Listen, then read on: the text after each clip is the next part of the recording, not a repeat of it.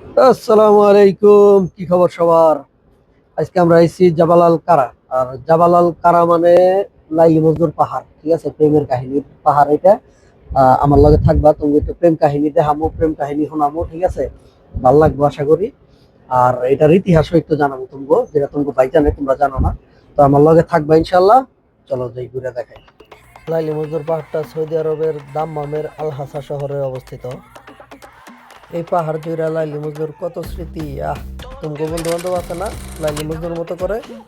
তো ওই রকমই মনে করো কিছু একটা। তো এখানে ঢুইকা প্রথম কাজ হয়েছে তোমাকে টিকিট কাটতে হইব। টিকিট ছাড়া তো ঢুকবার দিবই না, নাইলে দারোয়ান চাচা একটা লাগব। তো টিকিট কাটবা, টিকিটটা কাটতে নিব 50 টাকা। 50 টাকা টিকিট কাইটা দিবাই চাচার কাছে। চাচাই টিকিটে সই দিয়া তোমাকে লিফট খুলে দিবে। লিফটে ঢুইকা 1 নম্বরে চাপ দিয়া সিধা যাইবা হইলো একতলায়। একতলায় যাওয়ার পর লিফটটা খোলার সাথে সাথে দেখবা যে একটা দরজাটা বাইরে হওয়ার পরেই দেখবা যে নানা নানির স্মৃতির সেই পাহাড়। অনেকই এটার আসল কাহিনী কই থেকে শুরু হইলো আর কই থেকে গেল। মূলত পঞ্চম হিজরি শতকে 1009 খ্রিস্টাব্দ থেকে 1106 খ্রিস্টাব্দের মধ্যে পারস্যের একটা কবি পর্যটক নাসির খসরু এই অঞ্চলটি পরিদর্শন করছিল।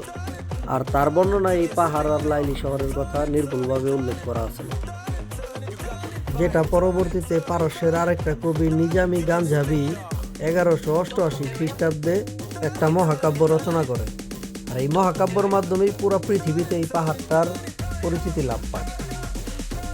আর সপ্তম শতাব্দীতে উমাইয়া খলিফা আব্দুল মালিক বিন মারওয়ানের শাসন আমলে কায়েস ইবনে আল মোলাওয়া, যারা আমরা মজনু নামে চিনি, আর নাম হচ্ছে কায়েস ইবনে আল মোলাওয়া, আর লাইলি বিনতে মাহাদির প্রেমের সাক্ষী হয়ে ওঠে এই পাহাড়টা।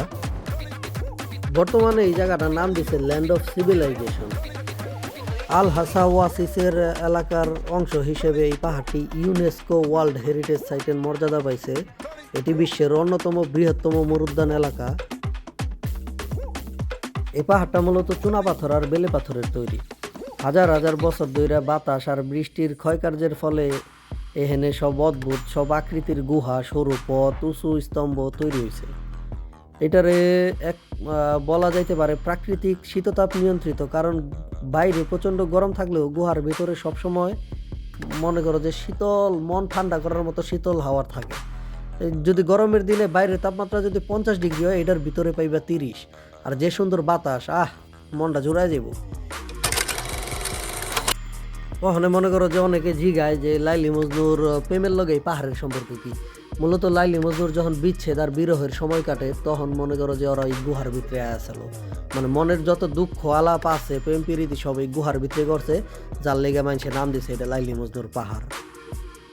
তো যারা আছো আশেপাশে, আইবা এখানে আয় ঘুরবা, মজা পাইবা। জায়গাটা খুব সুন্দর, দেখতেও ভাল লাগে, মনেরও শান্তি, চোখেরও শান্তি। খালি যে লাইলি মজনু শান্তি করছে এখানে তা না, আমরাও শান্তি পাই ও করতে দেখা। আর যারা তোমার মনে করো যে বিরহে আছে, লাইলি মজনুর মতো প্রেম টেম করো, তাগো লেগে তো মনে করো যে এটা বেস্ট জায়গা। গুহার ভিতরে আইবা, চুপ এক কোনায় খেতা বালিশ লয়ে এবার হয়ে থাকবা। যজ্ঞা যা হইবার হইছে, লাইলি মজনুর কাহিনী, তাতে আমার কি। তো আজকের মতো জায়গা দেখা হইব আগামী কোনো ভিডিওতে। আর ভিডিওটা ভালো লাগলে একটু লাইক, ফলো, সাবস্ক্রাইব করে দিও।